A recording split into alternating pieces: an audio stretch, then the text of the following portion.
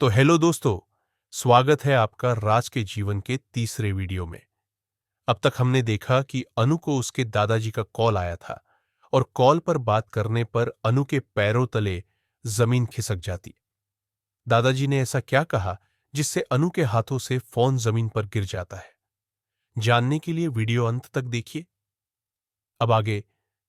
जैसे ही अनु ने फोन उठाया, दूसरी तरफ से आवाज आई, अनु, हमारी कंपनी का सबसे बड़ा प्रोजेक्ट तुमसे वापस लिया गया है और अब तुम इस फैमिली बिजनेस से दूर रहोगी। रॉय फार्मास्यूटिकल्स से अब तुम्हारा कोई संबंध नहीं रहेगा। यह सुनकर दादाजी के फैसले के कारण अन्नू का मोबाइल फोन उसके हाथ से गिर गया। राज दौड़कर उसके पास गया और बोला, क्या हुआ अनु? किसका फोन था? राज ने लैपटॉप स्क्रीन पर अन्नू द्वारा पढ़ा गया मेल देखा।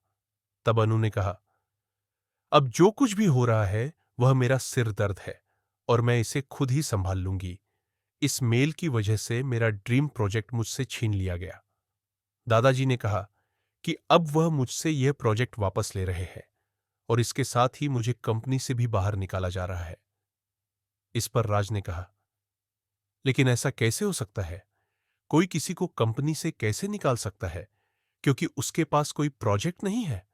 और फिर अगर उसे मंजूरी नहीं मिलती है तो इसमें आपकी क्या गलती है?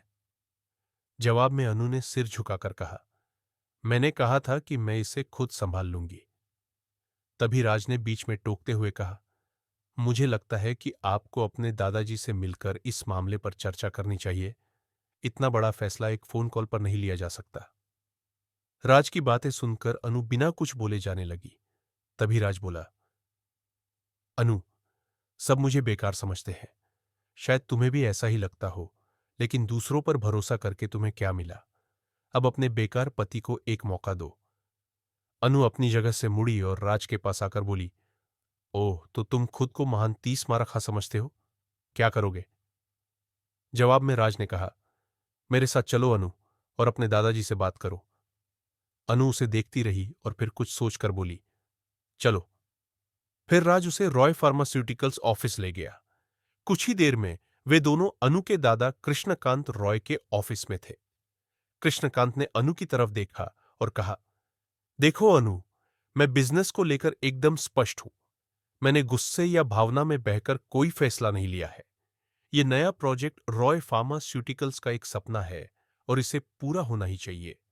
क्योंकि तुम इसे पूरा नहीं कर पाई, इसलिए मैंने अब इसे आराशी को सौंप दिया है। अब तुम आराम से घर पर रह सकती हो। इस पर अनु ने कहा, लेकिन दादाजी, ये प्रोजेक्ट मेरा भी सपना है। मुझे नहीं पता कि क्या गलत हुआ कि हमें मंजूरी नहीं मिली, लेकिन मैं आपसे वादा करती हूं कि मैं किसी भी हालत में यह मंजूरी हासिल करूंगी। मुझे यह प्रोजेक्ट दे दो। जाने से पहले प्लीज मुझे एक आखिरी मौका दो। कृष्णकांत रॉय ने अन्नू की तरफ देखा और फिर कुछ सोचते हुए कहा, ठीक है, लेकिन यह काम तुम्हें आज ही करना होगा। अनु ने सहमति में सिर हिलाया और फिर राज के साथ बाहर आ गई।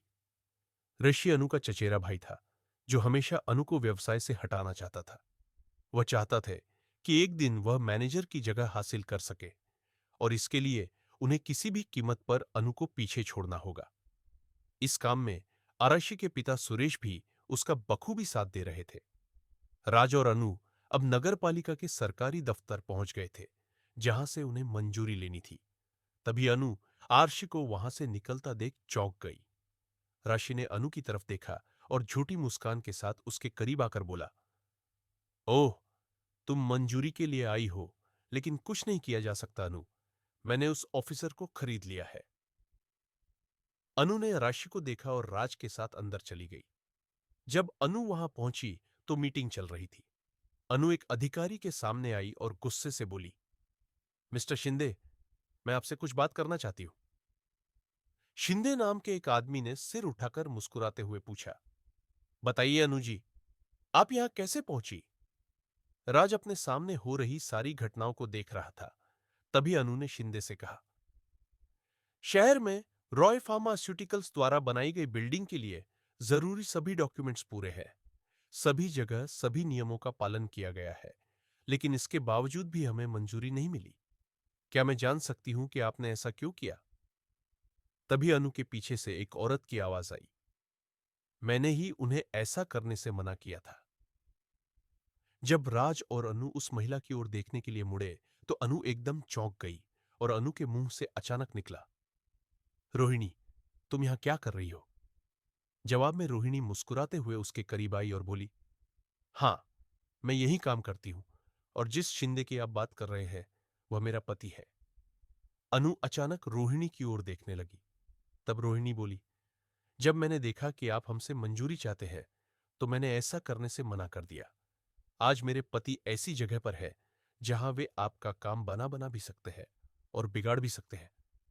वैसे भी आप अमीर हैं, इसलिए कोई भी आपका काम कर सकता है। इस बीच अनु बोली, रोहिणी, जो कुछ भी हुआ वह मेरी गलती थी। मैं मूर्ख थी। कृपया अब इसे भूल जाओ। और तभी रोहिणी ने उसे रोकते हुए कहा, मैं नहीं भूल सकती। मैं उस दिन को नहीं भूल सकती जब मेरी शादी तय हुई थी और मैं तुम्हारे सामने अपने सभी दोस्तों को इसके बारे में बता रही थी। फिर तुमने कहा कि मैंने बेरोजगार पति से शादी कर ली। यह सुनकर उन्होंने उसका मजाक उड़ाया, मेरा मजाक उड़ाया। मेरे सभी दोस्त मुझ पर हंस रहे थे और मैं रोते हुए वापस आ गई। इस पर अनु ने कहा, रोहिणी, वह मेरी गलती थी। मैं आज भी उस पर शर्मिंदा हूं। पूरा स्टाफ और राज उसकी बात सुन रहा था। राज को समझ नहीं आ रहा था कि ऐसी स्थिति में क्या करे। तभी रोहिणी बोली, शर्मिंदा होने की कोई बात नहीं है अनु। तुमसे आज उस दिन का बदला लेना होगा। अपमान का बदला तो लेना ही होगा। अनु ने प्रश्नवाचक आंखों से उसकी ओर देखा और पूछा, क्या मतलब है तुम्हारा? रोहिणी ने राज की तरफ देखा और बोली, ये तुम्हारे पति हैं ना? उन्होंने क्या बड़े झंडे गाड़ रखे हैं। वो तो मेरे पति के साथ खड़े होने की भी हालत में नहीं है और मैंने सुना है कि वो घर जमाई बनकर रहता है। अनु ने धीमी आवाज में कहा, रोहिणी, ये तुम गलत कर रही हो। जवाब में रोहिणी हंसने लगी और बोली, मैंने तो अभी कुछ कहा भी नहीं अनु। अच्छा सुनो, अगर तुम्हें यह मंजूरी चाहिए तो तुम्हारे पति को यहां मौजूद सभी स्टाफ के सामने हाथ जोड़कर मंजूरी की भीख मांगनी पड़ेगी। रोहिणी, अनु अचानक चिल्ला उठी। जवाब में रोहिणी ने दरवाजे की ओर इशारा करते हुए कहा, बाहर जाने का रास्ता वहां से है अनु। असहाय होकर अनु ने अपने होंठ काटे और फिर दरवाजे से बाहर चली गई। आरशी बाहर उसका इंतजार कर रहा था। अनु के पास आकर उसने कहा, उफ, शायद तुम्हें बुरा लग रहा है क्योंकि काम नहीं हुआ। अब तुम्हें यह प्रोजेक्ट मुझे सौंपना पड़ेगा और कृष्णकांत दादू की नजर में अब तुम किसी काम की नहीं रही, इसलिए अब तुम्हें कंपनी भी छोड़नी पड़ेगी। ठीक है अनु, मैं सब संभाल लूंगा। अब तुम घर पर आराम करो। और हां, आपके पति कहाँ हैं? क्या वह तुम्हारे साथ वापस नहीं आए? इससे पहले कि अनु अरिशी की हरकत पर प्रतिक्रिया दे पाती, अनु ने देखा कि राज उसके साथ वापस नहीं आया था। अनु पीछे हट गई। कांच के पार से दफ्तर में जो कुछ हो रहा था वह बाहर से साफ दिखाई दे रहा था। और फिर अनु ने जो देखा उससे वह हैरान रह गई। अंदर राज पूरे स्टाफ के सामने गिड़गिड़ा रहा था, अनुमति की भीख मांग रहा था और हर कोई उसका मजाक उड़ा रहा था और हंस रहा था। यह सब देखकर अनु की आंखों में आंसू आ गए। रोहिणी ने दरवाजा खोला और बाहर आ गई और बाहर आकर अनु को देखकर मुस्कुराई और बोली, वह सच में तुमसे बहुत प्यार करता है, तुम्हारे लिए कुछ भी कर सकता है। वैसे तुम्हें यह कहां से मिला? खैर, तुम्हें बधाई, हमने तुम्हारे बिल्डिंग को मंजूरी दे दी है। तभी अर्शी पीछे से आया और बोला, लेकिन ऐसा कैसे हो सकता है? मैंने तो तुम्हारे पति को पैसे दिए हैं। जवाब में रोहिणी ने मुस्कुराते हुए कहा, तुम्हें वो वापस मिल जाएगा। मेरे लिए मेरा बदला ज्यादा महत्वपूर्ण था। यह कहकर रोहिणी आगे बढ़ गई। राज के बाहर आते ही अनु ने उसे घूरते हुए शिकायती लहजे में कहा, तुम अपने आप को समझते क्या हो? तुम्हें यह सब करने के लिए किसने कहा था?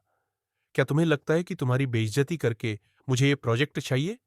क्या मैं इतनी पत्थरदिल हो गई हूं? राज सिर झुकाए सुनता रहा। तभी अनु ने आंखों में आंसू भरकर कहा, चलो अब यहां से निकलते हैं। यह कहकर अनु आगे बढ़ गई। आशी ने राज को तीखी निगाहों से देखा और कहा, क्या तुम्हें लगता है कि अनु को सब कुछ वापस मिल जाएगा? मैं उसे कहीं का नहीं छोड़ूंगा। जवाब में राज ने अपना चेहरा ऊपर उठाकर ऋषि को गौर से देखा और कहा, मेरे रहते हुए मेरी अनु का बाल भी बांका नहीं कर सकते। इस पर ऋषि ने कहा, ओह, लेकिन तुम कब तक अनु का साथ दोगे? देखो, मैं तुम दोनों का रिश्ता खत्म कर दूंगा। राज ने हल्की मुस्कान के साथ कहा, कोशिश करो और तुम जल जाओगे। ये कहकर राज आगे बढ़ गया। जल्द ही राज अनु के साथ घर लौट आया। वे घर पहुंचे ही थे कि दादा कृष्णकांत ने अनु के मोबाइल पर कॉल किया। बेटा अनु, तुम्हारी सफलता का जश्न मनाने के लिए हमने आज हमारे पुराने घर पर एक पार्टी रखी है। तुम राज के साथ आना। यह सुनकर अनु खुश होकर बोली, हां दादाजी, धन्यवाद, हम आएंगे। यह कहकर अनु ने फोन रख दिया। उसे इतना खुश देखकर राज उसके पास आया और पूछा, क्या हुआ? जवाब में अनु ने खुश होकर कहा, दादाजी आज अपने पुराने घर पर पार्टी रख रहे हैं। उन्होंने हम दोनों को इनवाइट किया है। फिर अचानक उसने थोड़ा सख्त चेहरा बनाते हुए कहा, मेरा मतलब है, तुम्हें पार्टी में आमंत्रित किया गया है, लेकिन इसमें खुश होने की कोई बात नहीं है। उन्होंने कहा है कि तुम मुझे छोड़ने जाओगे। राज भी अंदर से बहुत खुश था, लेकिन उसने इसे अपने चेहरे पर जाहिर नहीं होने दिया। जब उसने अपनी अलमारी खोली तो देखा कि उसमें कई नए सूट के सेट थे। राज ने हैरानी से अनु की तरफ देखा तो अनु बोली, इतना हैरान होने की जरूरत नहीं है। मैंने अपने लिए कुछ कपड़े मंगवाए थे जो मुझे पसंद नहीं आए, इसलिए दुकानदार पैसे वापस नहीं कर रहा था।